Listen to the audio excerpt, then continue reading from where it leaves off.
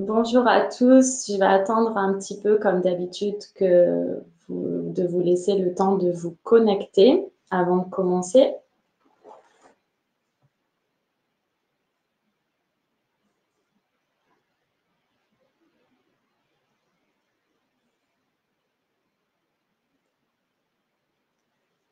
Alors, je vous vois arriver petit à petit. J'attends encore un petit peu.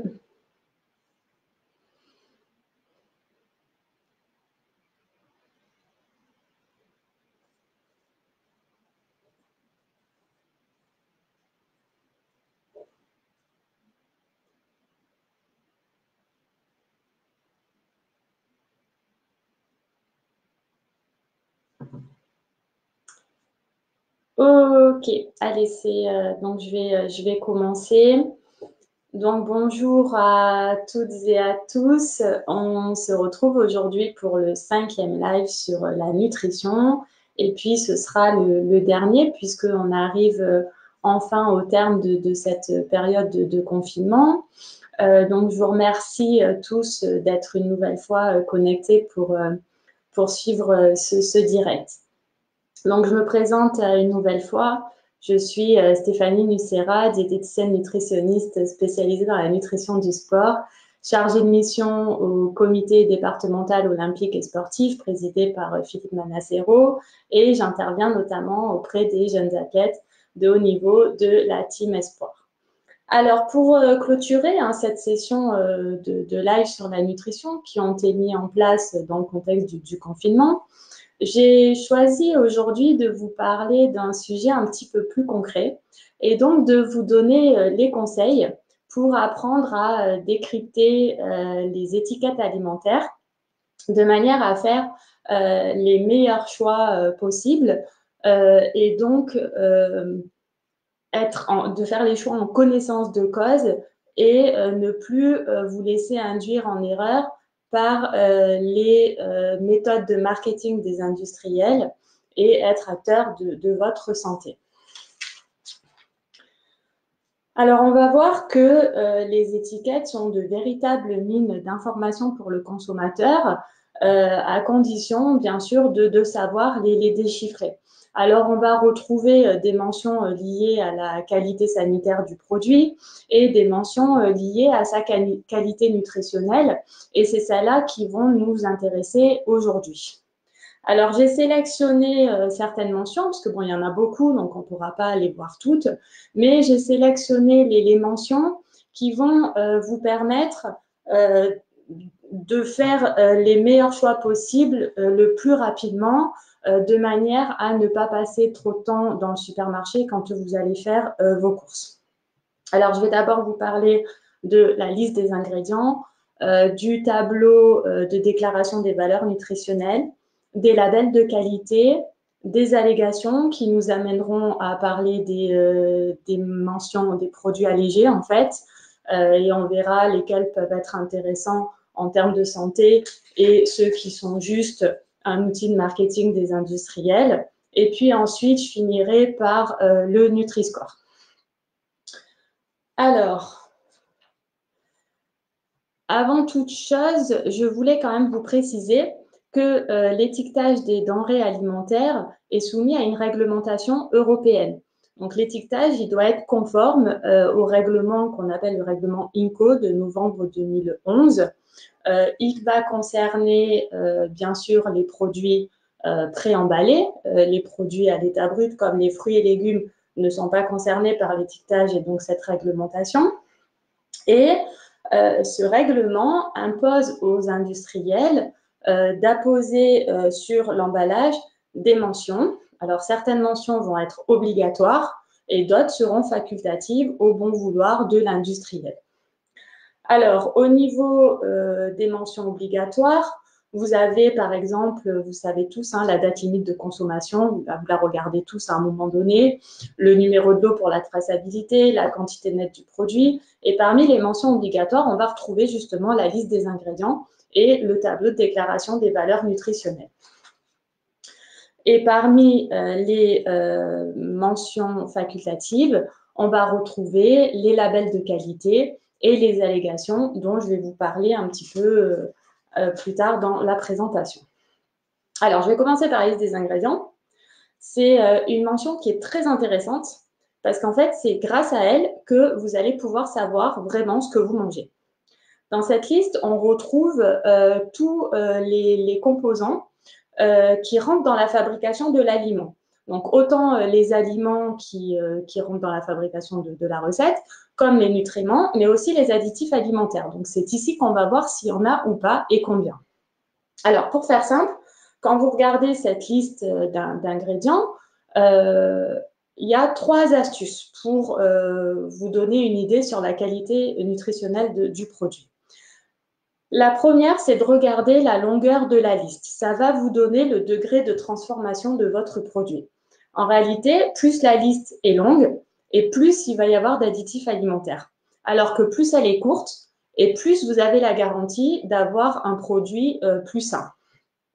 Ensuite, il va falloir regarder aussi la liste des ingrédients.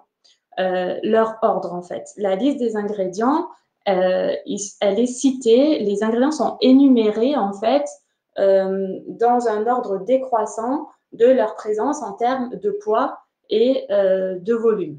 Donc en fait, par exemple, si vous prenez une crème glacée, ça va bientôt être la saison, donc faites attention. Quand vous achetez de la glace, l'ingrédient de base, c'est le lait, d'accord ? Ce qui veut dire que quand vous regardez votre liste des ingrédients, il faut que le premier ingrédient, logiquement, ce soit le lait.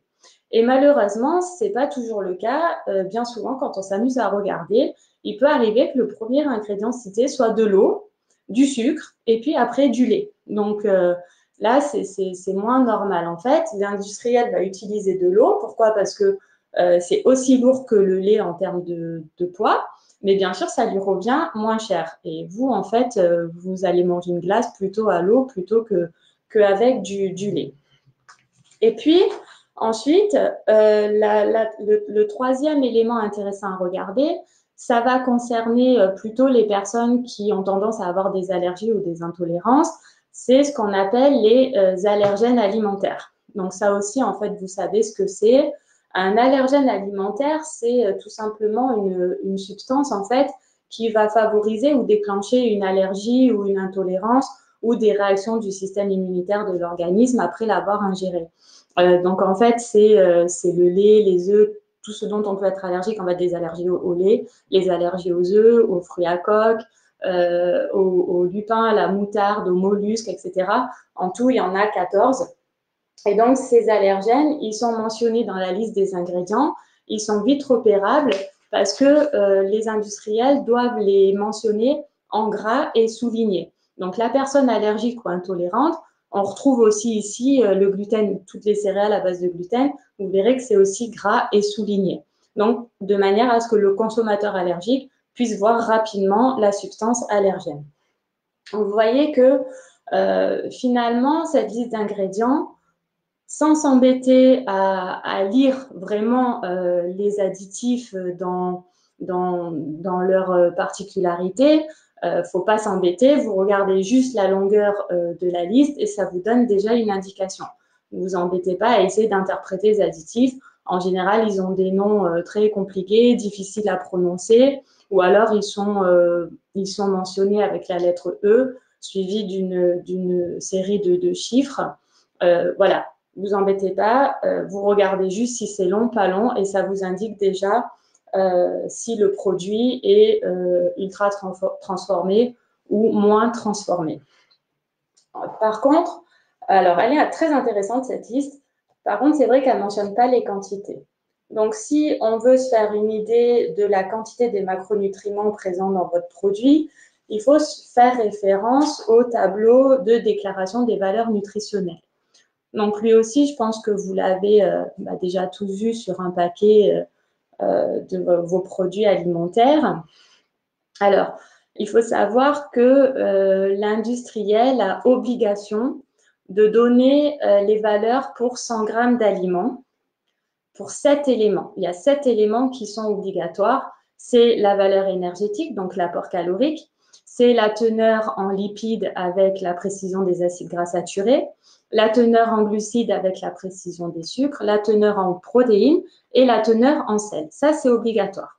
Après, ils peuvent, s'ils veulent, rajouter l'apport en fibres, l'apport en certaines vitamines, minéraux, etc., etc. Ça, c'est, s'ils veulent, ils rajoutent.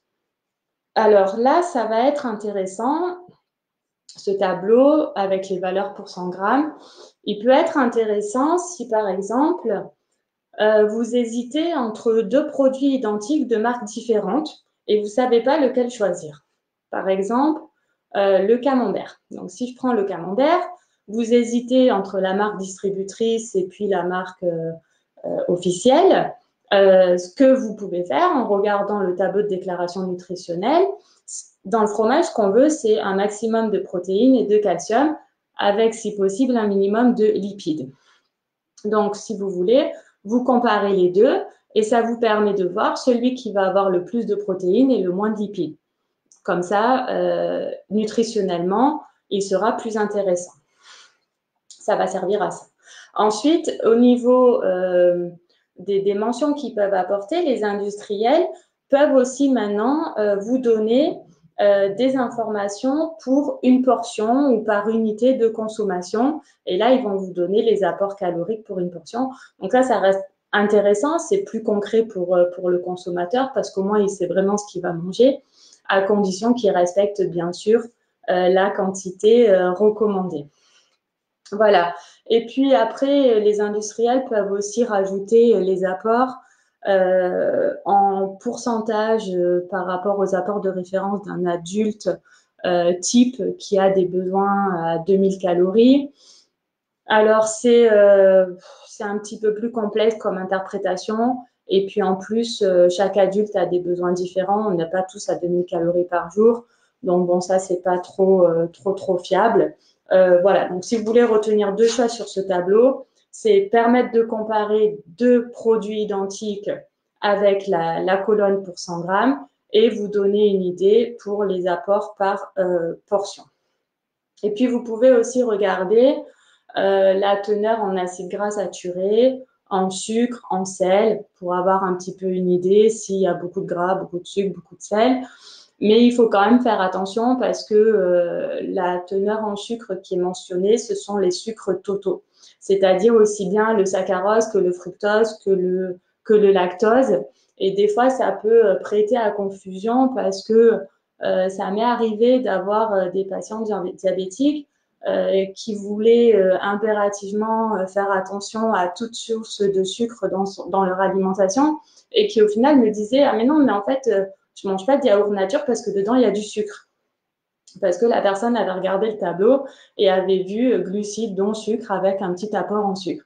Et au final, non, c'est le sucre qui est présent dans le yaourt nature, c'est le lactose.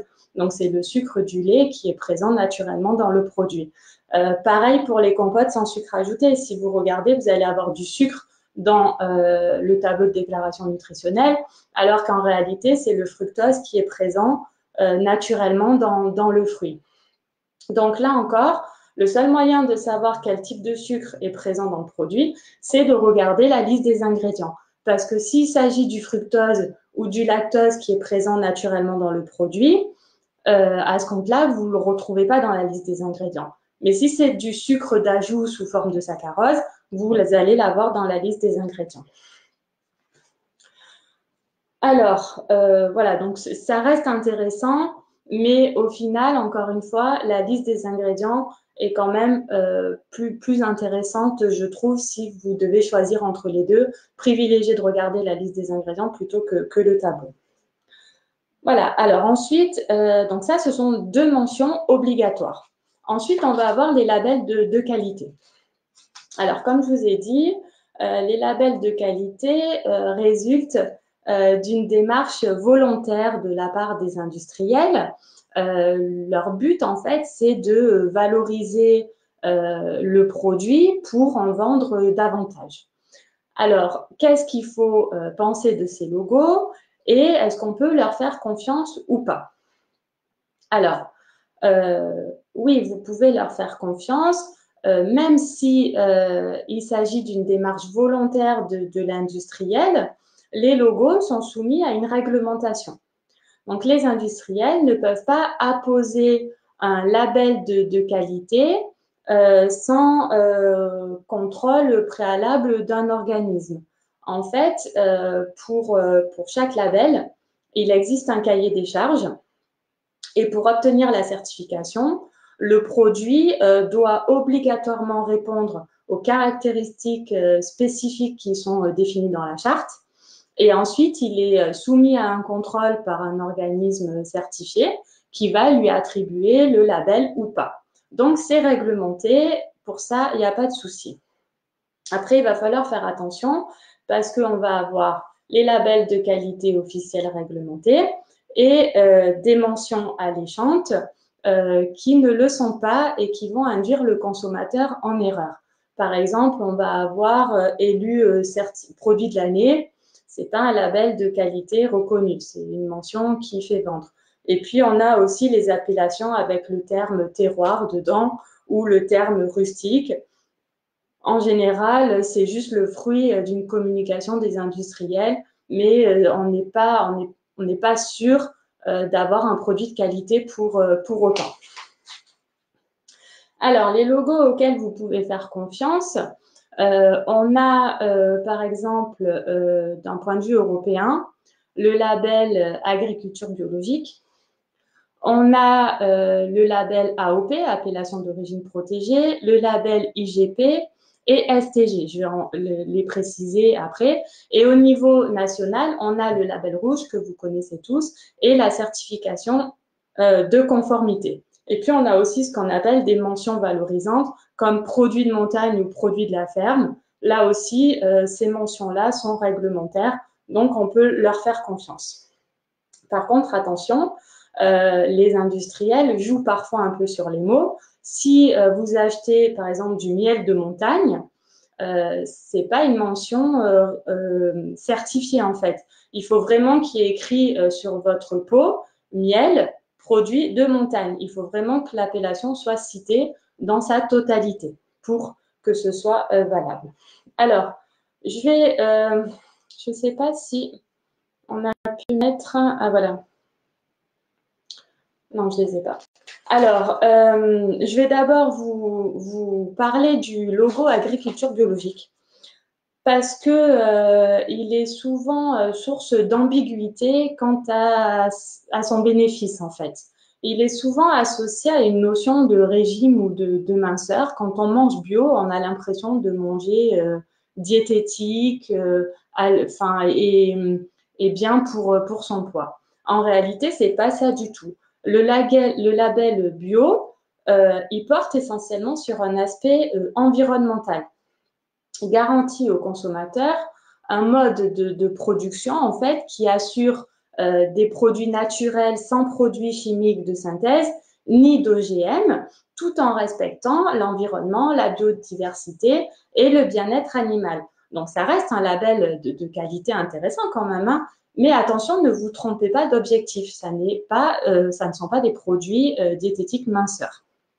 Alors, sur l'étiquette, il est visible. Alors, j'avais prévu de vous mettre les logos, mais voilà, apparemment, on n'a pas réussi à vous insérer les logos pour vous montrer à quoi ça correspond. Bon, quoi qu'il en soit, le label bio, je pense que vous l'avez tous vu. Vous avez le logo AB qui représente la certification française et vous avez la feuille avec les 12 étoiles qui, eux, sont le symbole de la certification européenne. Alors, ce logo, il est intéressant, par exemple, pour les fruits et légumes, surtout si vous avez l'habitude de les consommer avec leur peau, puisque du coup, ils sont quand même garantis sans pesticides. Par contre, faites attention aux produits transformés bio, d'accord? Et je pense notamment aux biscuits bio. Bio, c'est bien, mais ça vous apportera autant de calories que le biscuit classique, d'accord? Donc, ne faites pas l'amalgame. Et puis, il faut savoir que d'un point de vue réglementaire, les produits qui ont le droit de porter la mention bio ont obligation, en fait, de contenir minimum 95% d'ingrédients agricoles certifiés et moins de 0,9% d'OGM.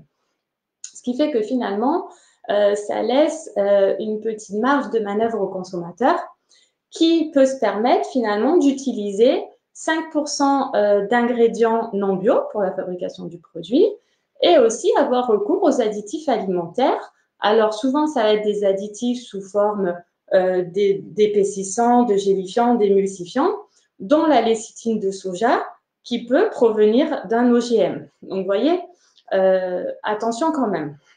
Donc, quitte à acheter un produit bio, tant qu'à faire, privilégier les produits bio 100% bio, puisqu'il y en a quand même qui existent, hein, ils n'ont pas tous que 95%.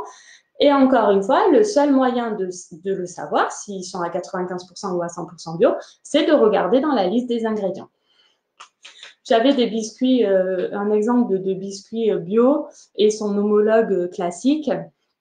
On voyait quand même que, alors au niveau de la nature des ingrédients, on avait des ingrédients issus de l'agriculture biologique qui sont indiqués avec une petite astérisque. On avait quand même une part d'additifs alimentaires, donc l'industriel avait eu recours aux additifs. Et puis d'un point de vue calorique, en fait, on avait 480 calories pour 100 grammes, autant dans la version classique que dans la version bio. Donc en fait, c'est énorme, ça faisait 100 calories pour 2 biscuits. Donc, vous voyez que bio ou pas bio, 100 calories pour 2 biscuits, ça reste beaucoup. Et puis, en plus, vous ne nourrissez pas votre corps correctement. Dans le deuxième live où je parlais des féculents, je vous ai dit que 100 grammes de pâtes cuites vous apportez 125 calories. Donc, c'est dommage parfois, certaines personnes suppriment les féculents de l'alimentation dans le cadre de la perte de poids, mais à côté de ça, ils vont manger les biscuits à 4 heures. Donc, il vaut mieux apporter 100 calories par des pâtes au repas plutôt que par des biscuits qui vont être des calories vides, en fait, hein, finalement. Donc, amusez-vous quand même à regarder. Si vous avez des biscuits bio et des non bio, à comparer. D'un point de vue nutritionnel, c'est la même chose. Donc, attention, ce ne sont pas des produits minceurs. Voilà. Après, encore une fois, ils restent intéressants pour leur aspect sans pesticides et des produits plus naturels quand même. C'est quand même plus intéressant. Un petit mot sur les autres logos, rapidement. On a le logo AOP, appellation d'origine protégée. Alors, il faut savoir qu'avant de bénéficier de la certification européenne, le produit doit d'abord être reconnu au niveau national. Et donc, vous avez peut-être vu, en fait, c'est l'AOC, l'appellation d'origine contrôlée. Donc, AOC, c'est national et AOP, c'est européen. Donc, ça aussi, c'est un logo intéressant. Il garantit un lien très fort du produit avec son terroir. On le retrouve essentiellement sur les produits laitiers. Moi, je l'ai beaucoup vu sur les fromages, sur les beurres aussi. On en trouve sur les crèmes et aussi dans certaines catégories d'olives et de noix.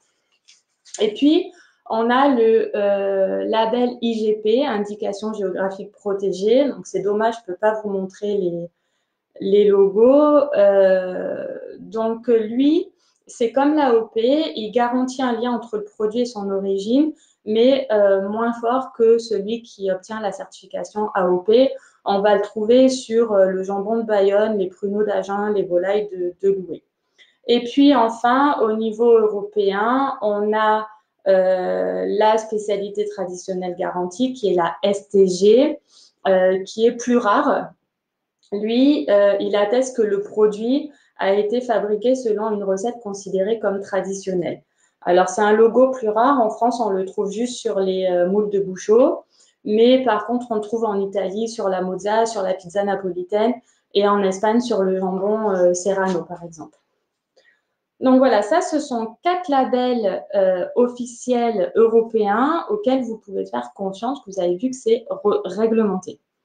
Niveau national, vous avez le label rouge, donc qui est intéressant aussi. On le trouve souvent sur les viandes. Donc, lui, il garantit en fait que le produit possède un niveau supérieur de qualité à celui du produit classique similaire. D'accord? Il existe beaucoup de labels rouges. Il y a un cahier de charges à chaque fois pour chaque produit. Et puis, on a la certification de conformité. On le retrouve aussi souvent sur les viandes. Et lui, en fait, il va garantir le respect des caractéristiques en fait qu'on trouve dans la dénomination de vente. Par exemple, si vous avez vous achetez du porc et il y a écrit nourri à 70% de céréales, si vous avez ce logo CQ produit certifié, c'est que c'est vraiment vrai que votre porc a été nourri à 70% de céréales et c'est pas une mention un petit peu que le consommateur, que l'industriel a voulu mettre pour vendre. C'est vrai. Voilà. Donc, après, il y a les mentions valorisantes avec produits du terroir et produits de la ferme. Mais je ne vais pas tout développer parce que sinon, ça va être un petit peu long. Je voulais, donc, tout ça, c'est des labels officiels reconnus et réglementés.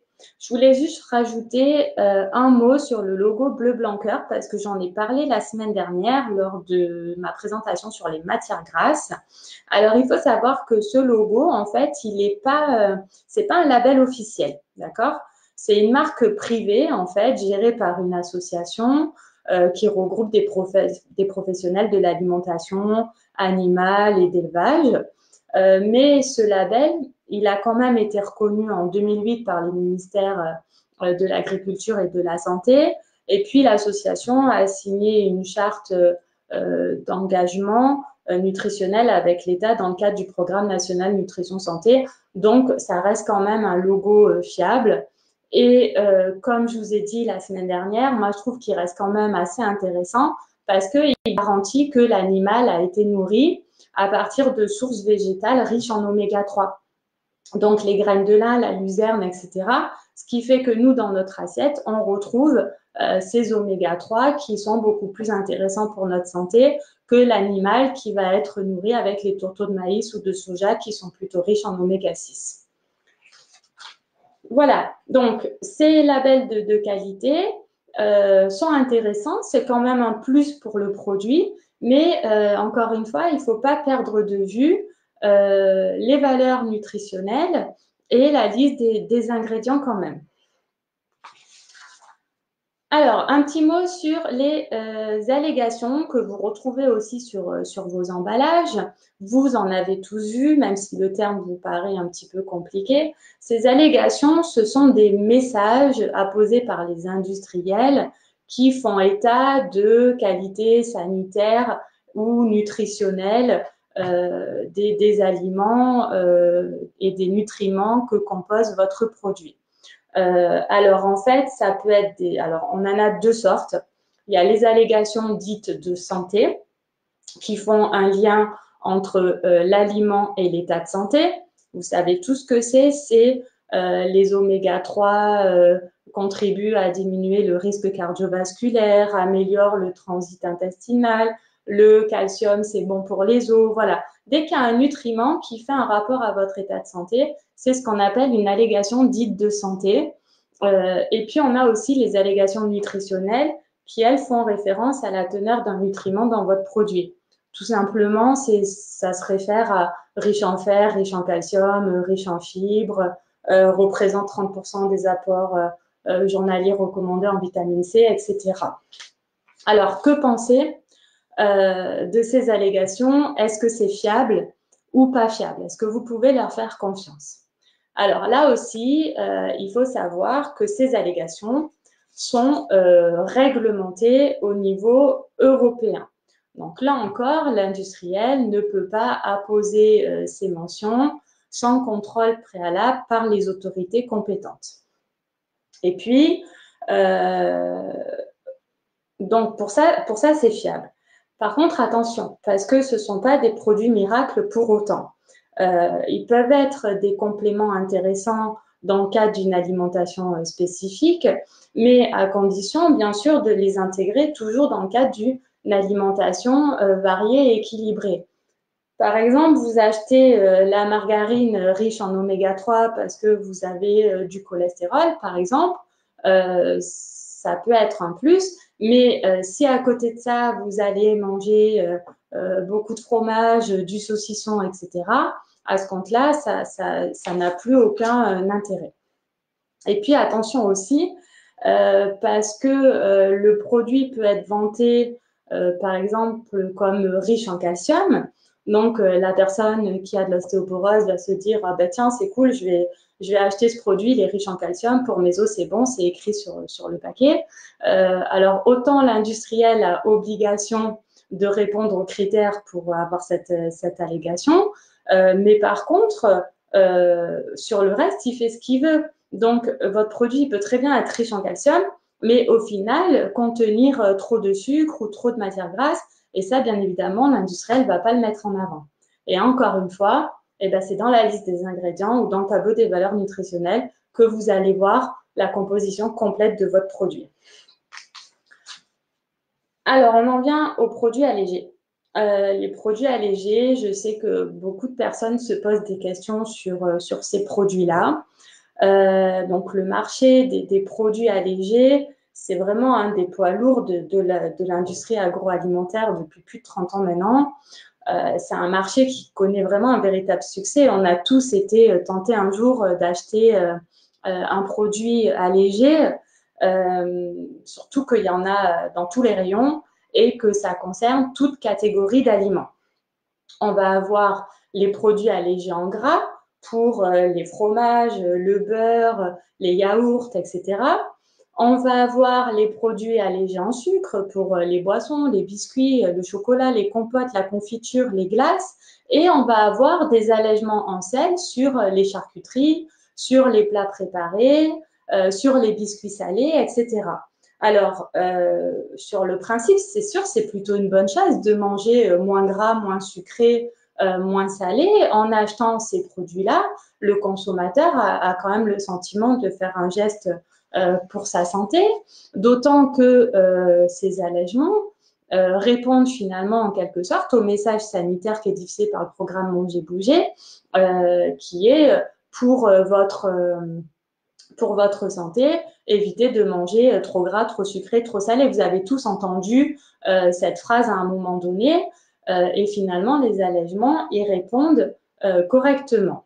Mais alors, il faut savoir encore une fois que ces allègements sont aussi réglementés. Donc, pour le coup, là aussi, l'industriel ne peut pas se permettre de dire que le produit est allégé en une certaine substance si ça ne l'est pas. Le produit allégé a le droit de porter le terme allégé uniquement si sa teneur en nutriments est réduite d'au moins 25%. Et quelquefois, ça peut être plus. Mais il faut minimum que ce soit 25%. Et donc, du coup, ça garantit quand même la véracité de l'allègement. Voilà. Alors, par contre, attention, parce que l'allègement d'un produit va porter uniquement sur un seul de ces éléments, donc soit le gras, soit le sucre, soit le sel, d'accord? Ce qui fait qu'il a obligation de respecter l'allègement 25% de sa substance, mais pour le reste, encore une fois, il va faire ce qu'il veut. C'est comme pour les allégations. Du coup, l'objectif de l'industriel, c'est que son produit allégé ressemble le plus possible au produit initial en termes de goût, de couleur, de texture, de conservation. Donc, pour ça, il va avoir recours aux additifs alimentaires. Alors, en général, pour compenser l'allègement en gras, il va avoir recours aux épaississants et d'autres substances chimiques comme les amidons modifiés, dextrine, les protéines hydrolysées, les lécithines, etc. Donc, l'allègement en gras nécessite quand même beaucoup de produits chimiques en parallèle. L'allègement en sucre, l'industriel va essentiellement avoir recours aux édulcorants, puisqu'on sait que les édulcorants ont la particularité de donner une saveur sucrée tout en apportant peu ou pas du tout de calories. Et puis, pour compenser l'allègement en sel, tenez-vous bien parce que les industriels vont utiliser le sucre, donc du coup, et des additifs aussi sous forme d'exhausteurs de goût. Parce que vous savez que le sel et le sucre, ils ont deux rôles essentiels en fait pour l'industriel, c'est que ils ont non seulement le rôle d'être des exhausteurs de goût, mais aussi de conservation. Donc, dès qu'on en enlève un des deux, ça va jouer sur la qualité au niveau du goût et de la conservation. Donc, le sel, souvent, est remplacé par du sucre. Donc, attention. Donc, là encore, il faut vérifier la liste des ingrédients. Si vous voyez qu'il y a du sucre, bon, voilà, faut toujours finalement vérifier, même si on a une mention réglementaire, vérifier dans la liste des ingrédients le reste du contenu de votre produit en fait. Il ne faut pas s'arrêter juste à cette mention-là. D'accord? Alors, et puis, en fait, il faut aussi regarder la liste des ingrédients parce que même par exemple pour les compotes sans sucre ajouté, je vous ai dit tout à l'heure, elles n'ont pas d'ajout autre en fait. Quand vous regardez votre compote sans sucre ajouté, vous avez uniquement le fruit. On n'a pas d'ajout autre en fait puisque c'est sucré grâce au fructose présent naturellement dans le fruit. Alors, concernant finalement ces produits, pour résumer, l'allègement en gras, pour moi, ça reste pas intéressant du tout. Privilégier le produit classique. Il vaut mieux consommer un produit plus calorique, mais avec le gras qui est présent naturellement dans le produit, plutôt que des substances chimiques. Alors après, ça arrive maintenant d'avoir des yaourts à 0% où ils arrivent à pas rajouter une tonne d'additifs. Donc là, pourquoi pas? Mais si c'est remplacé par trop d'additifs, non. Donc en général, les produits allégés en gras sont pas vraiment recommandés. Ensuite, on a les produits allégés en sucre. D'une manière générale, ce sont une gamme qui a été créée à la base pour les patients diabétiques. Alors, j'ai envie de dire, pourquoi pas si ça peut assouvir une envie de produits sucrés, mais de manière occasionnelle quand même, parce que les édulcorants perturbent le métabolisme quand même. Donc, ça doit vraiment être consommé avec modération. Et puis, surtout que maintenant, certaines personnes ont recours à cette gamme de produits sans sucre dans l'objectif de perdre du poids. Et en fait, pas du tout, parce que comme je vous ai dit tout à l'heure, pour remplacer le sucre, ils peuvent aussi mettre du gras. Le gras est plus calorique que le sucre et finalement, vous allez vous retrouver avec des biscuits sans sucre, certes, mais avec autant de calories que le classique. Donc, en termes de perte de poids, il n'y a aucun intérêt à consommer des produits sans sucre. Vous allez avoir exactement le même apport calorique. Et pour les produits allégés en sel, alors là, je trouve quand même que ça reste intéressant, cette gamme-là. Pour tout le monde, il faut faire attention à la consommation de sel. Hein. Je rappelle que l'OMS préconise 5 grammes de sel par jour et que spontanément, on est à 8 ou 9 grammes facilement. Donc, si vous voulez, le fait d'acheter du jambon à moins 25% de sel, ça reste quand même intéressant pour tout le monde. Voilà. Donc, il faut arriver à faire le tri entre ces différents allègements. Et puis, si vous avez un doute, encore une fois, hop, liste des ingrédients et on voit ce que ça donne. Alors ensuite, pour terminer, un mot rapide sur le Nutri-Score. Le Nutri-Score, vous avez aussi, donc c'est pareil, j'avais prévu de vous mettre le logo, mais le Nutri-Score, mais vous l'avez tous vu en fait, c'est ce logo à 5 couleurs et à 5 chiffres, et à 5 lettres, pardon, qui est rapidement repérable sur l'emballage et qui informe simplement le consommateur sur la qualité nutritionnelle globale du produit. Donc, en fait, quand il y a un A avec la lettre verte, ben, le produit est plus favorable. Et s'il a un E avec la lettre rouge, bien évidemment, il est conseillé de l'éviter parce que ça va être un produit considéré comme défavorable. Donc, l'avantage de ce logo, c'est qu'il est vraiment compréhensif par tous. Et c'était un peu l'objectif du gouvernement français qui a souhaité qu'au vu de la complexité de déchiffrer les emballages alimentaires pour le consommateur, qu'un système plus simple soit mis en place. Et c'est comme ça, en fait, qu'est apparu le Nutri-Score en 2017 sur nos emballages. Alors, il est intéressant pour deux raisons. C'est que ça permet de se faire une idée de la qualité du produit assez rapidement. Ah, on sait que c'est bien, on sait que c'est pas bien. C'est simple, tout le monde peut comprendre.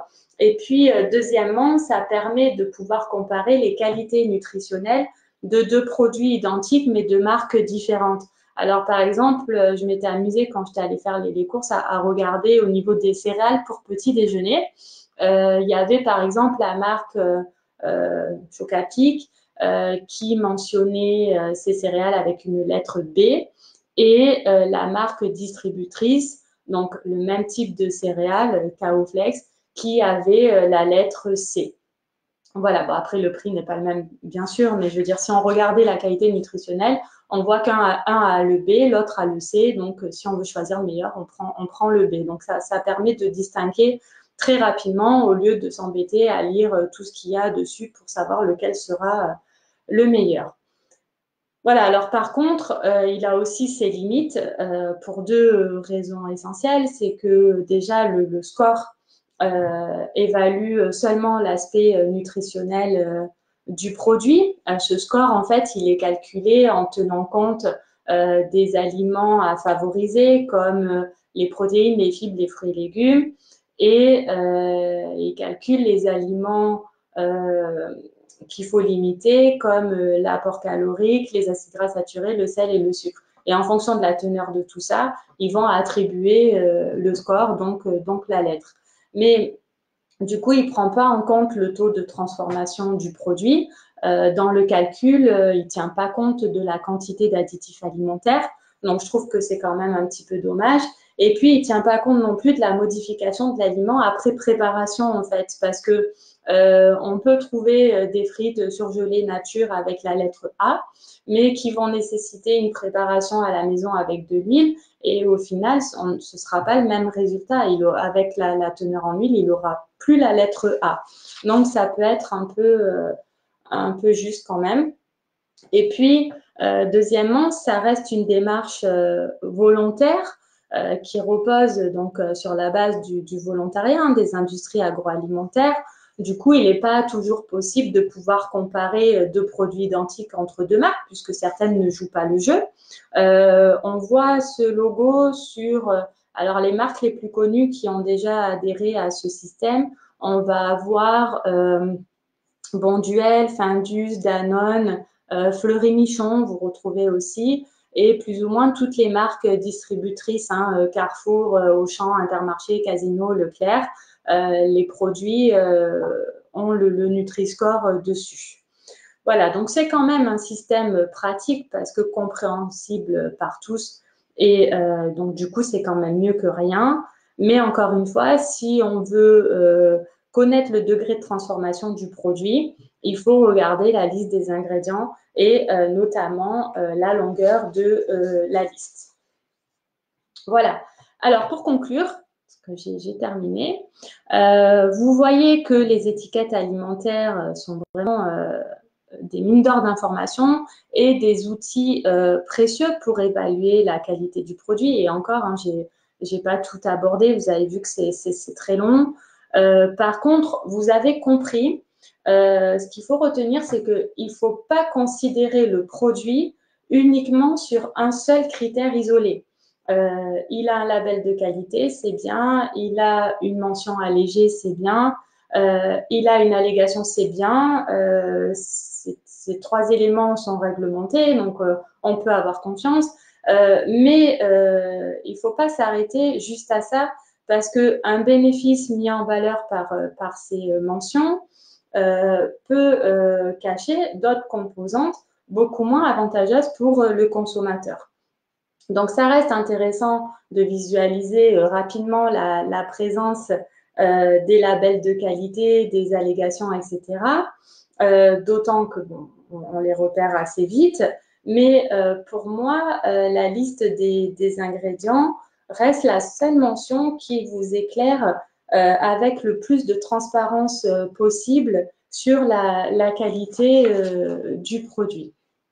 Alors, Ne rentrez pas non plus dans une psychose de la chasse à l'additif alimentaire, hein, dans tout ce que vous allez acheter, sinon vous n'allez pas vous en sortir.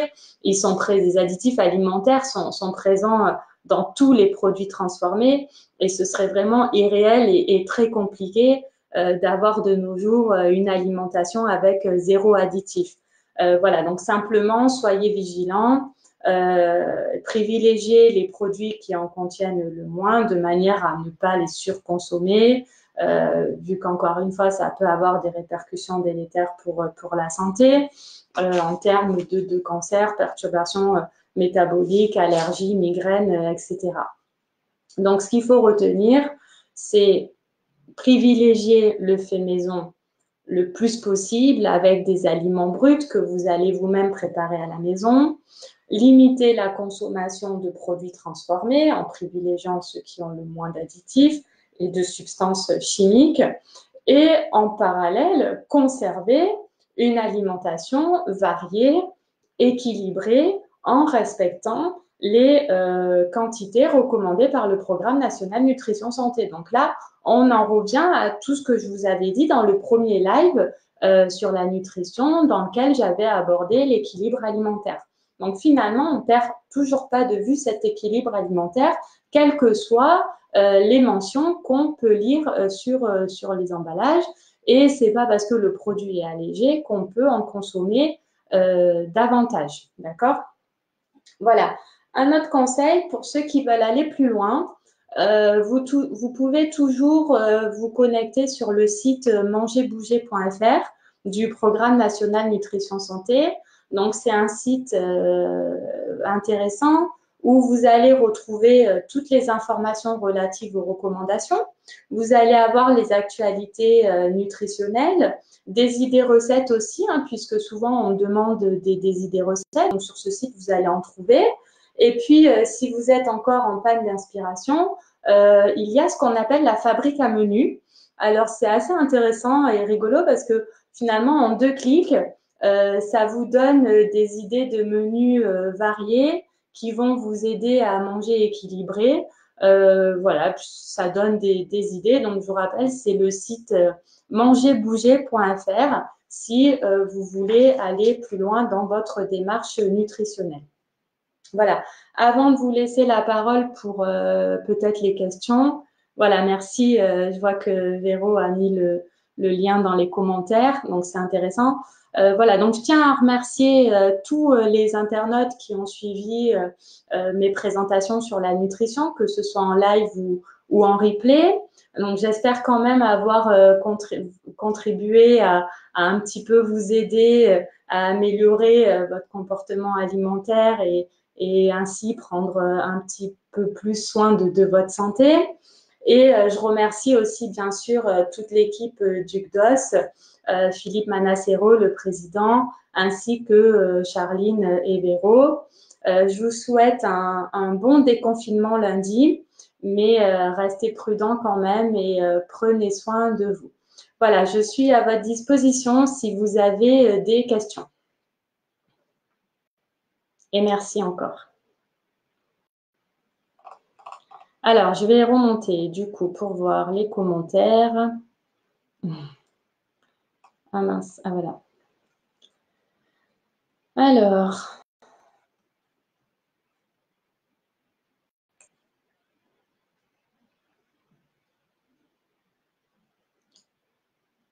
Hop.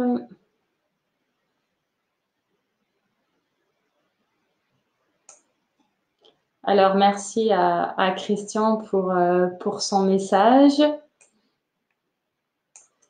Donc, Gaël, oui, c'est vrai que ça fait. Donc, Gaël me dit que c'est super intéressant, mais difficile de tout retenir. C'est vrai qu'il y a beaucoup d'informations. Et encore, je vous dis, j'ai pas tout cité. Il y a encore plein d'autres mentions sur les emballages auxquels on aurait pu faire référence. Après, ce qu'il faut retenir en synthétisant, c'est conserver un rythme alimentaire sur les 3 repas principaux, voire une collation, adapter une alimentation équilibrée, variée, en respectant les fréquences de consommation du Programme national nutrition santé. Et concernant la qualité des aliments, oui, jetez un œil au logo sur les emballages parce que de toutes les manières, ils sont facilement repérables. Mais si vous avez un doute sur le produit, n'hésitez pas à regarder la liste des ingrédients. Vraiment, c'est un critère vraiment fiable et intéressant qui permet d'éliminer le plus possible les substances chimiques qu'on pourrait ingérer à cause de l'industrie agroalimentaire et des produits transformés. Voilà, donc je vois que les logos seront mis plus tard. C'est dommage, on n'a pas réussi. Alors oui, Tim me dit souvent les écrits sont très minuscules et peu lisibles. Alors c'est vrai, c'est écrit très petit. Et pourtant, il faut savoir que l'écriture fait partie des mentions obligatoires pour les industriels et ils sont obligés de respecter un certain caractère de manière à ce que ce ne soit pas encore plus petit. Donc, mais c'est vrai que c'est très, très petit. Alors, merci à Cathy. J'espère que ça servira à Jordan aussi. Merci à Victoria. Merci à Christiane d'avoir été fidèle aussi depuis le début. Voilà. Alors, est-ce qu'il y a des questions? Parce que moi, je sais que j'ai synthétisé, mais j'aurais pu parler de plein d'autres choses encore, hein, mais je voulais vous laisser un peu de. Alors, il y a Christian qui me dit qu'il faut avoir le temps pour regarder toutes les étiquettes alimentaires. Alors, il est clair qu'au début, ça prend un peu de temps. Après, quoi qu'il en soit, plus ou moins, on a l'habitude d'acheter les mêmes produits. Donc, je trouve que ça reste quand même intéressant. Et puis, encore une fois, si vous n'avez pas le temps, juste regardez au moins cette liste d'ingrédients. Si c'est long, ça doit juste vous permettre, vous suffire en fait de laisser tomber ce produit et d'en choisir un autre. On n'est pas obligé de tout analyser non plus.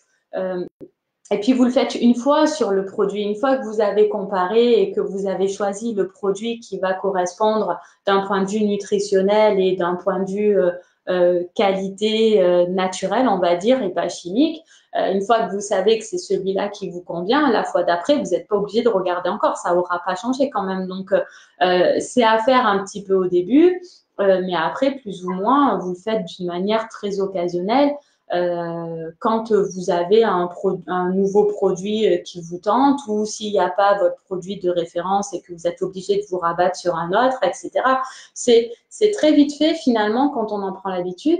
Et sincèrement, je le fais moi-même quand je fais mes courses parce que je refuse de cautionner en fait les méthodes de marketing des industriels à vouloir nous vendre un produit qu'ils estiment bon pour un certain critère, mais que derrière ce critère se cachent d'autres substances beaucoup moins bonnes. Donc, pour pas me laisser induire en erreur par leur message alléchant, eh ben oui, je tourne le produit et oui, je regarde la liste des ingrédients pour être sûr que ça reste intéressant quand même. Non, il n'y a pas de site de référence pour décrypter les étiquettes. Après, voilà, il y a les outils, donc effectivement, alors, Yuka, je m'attendais un petit peu à cette question. Alors, vous avez vu que moi, je vous ai parlé essentiellement des mentions qui sont réglementées. Les labels de qualité sont réglementés, bon, à part le bleu blanc cœur, mais je vous ai dit comment il était établi. Donc, les labels de qualité sont réglementés. Les mentions allégées sont réglementées, les allégations sont réglementées. En revanche, Yuka n'est pas une le Nutri-Score aussi, mais Yuka n'est pas une application réglementée, hein. C'est une application mobile que n'importe qui peut télécharger sur son téléphone et en scannant, donc vous allez avoir un score attribué sur 100. Alors, lui, il va prendre en compte, Yuka, des valeurs nutritives de l'aliment. Il prend en compte quand même la présence des additifs, contrairement au Nutri-Score, et il prend aussi le caractère bio du produit. Donc, lui, il se base sur 3 critères, mais après, ça reste quand même une application qui a ses limites. On s'est rendu compte qu'il y avait quand même des erreurs concernant le score. Ça a été fait par des personnes qui n'ont pas de fonction compétente dans le domaine, en fait, hein, et c'est pas reconnu d'un point de vue réglementaire. Donc,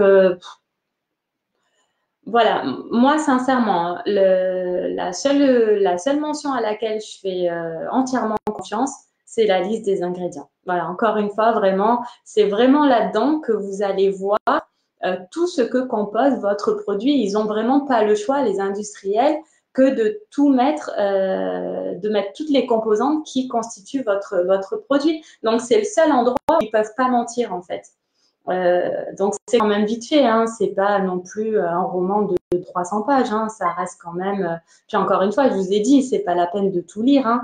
Vous regardez la longueur, vous regardez les 2-3 premiers ingrédients qui sont cités et hop, en 2 secondes, vous avez déjà une idée sur la qualité de votre produit, hein.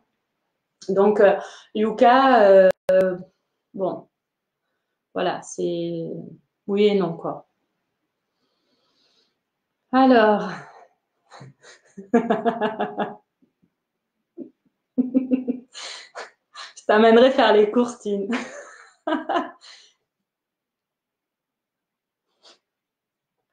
Voilà, non, mais sincèrement, Tine, je pense vraiment que ça vaut le coup quand même, hein. Il y a trop d'additifs en fait dans ce qu'on mange. Et le problème, c'est que comme on a tous des vies très pressées, remplies, etc., plus ou moins le consommateur a trop tendance à avoir recours à la facilité et à acheter de plus en plus de produits transformés. Et au final, c'est cette surconsommation qui est dangereuse. Encore une fois, s'il y en a un petit peu dans votre alimentation, c'est pas grave, hein. On a ce qu'on appelle la DJA, en fait, la dose journalière admissible au niveau des additifs alimentaires. Euh, donc voilà, le tout, c'est vraiment, c'est comme tout, en fait, c'est de ne pas en abuser et de ne pas surconsommer tout ça.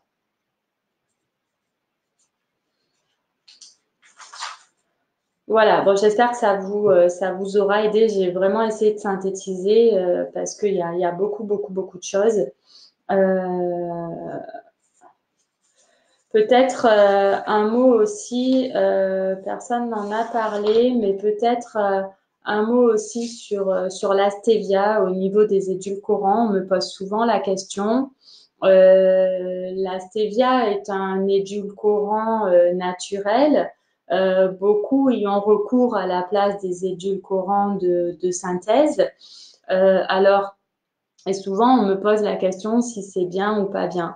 Alors, c'est vrai qu'à la base, la stevia, c'est une plante, donc du coup, c'est naturel. Et puis, elle présente les mêmes intérêts que l'édulcorant de synthèse, donc une saveur sucrée avec 0 calories, donc du coup, ça peut être intéressant. Par contre, il faut savoir que déjà, pour ceux qui en ont consommé, vous avez vu que le goût de la stevia, et un peu, ça donne un arrière-goût amer avec un goût de réglisse, ce qui n'est pas apprécié par tous. Et là aussi, faites attention parce que dans certaines stevia, finalement, les industriels, pour atténuer un petit peu ce goût amer que les gens n'ont pas vraiment apprécié, ils vont rajouter du sucre. Alors, du coup, vous perdez l'intérêt de consommer un édulcorant naturel puisqu'ils peuvent rajouter du sucre. Alors, encore une fois, je me répète, mais le seul moyen de le savoir, c'est de regarder la liste des ingrédients s'ils ont rajouté du sucre ou pas. Donc, déjà, soyez vigilants là-dessus. Et puis, même si à la base, la stevia c'est un produit naturel. Il faut savoir que parfois, le procédé d'extraction de la plante peut être chimique et des agents de charge pour augmenter le volume de la stevia peuvent être utilisés et des additifs alimentaires sont aussi rajoutés dans votre stevia. Donc oui, à la base, c'est une plante naturelle, un édulcorant naturel qui va vous apporter une saveur sucrée sans calories, mais encore une fois, il peut y avoir un ajout de sucre, il peut y avoir un ajout d'additifs et d'agents de charge. Et encore une fois, je me répète, il n'y a qu'en regardant la liste des ingrédients que vous allez savoir si votre stevia est vraiment naturel, pur, ou s'il y a encore un ajout de substances chimiques dedans. Voilà, effectivement, c'est pas bon au goût, hein.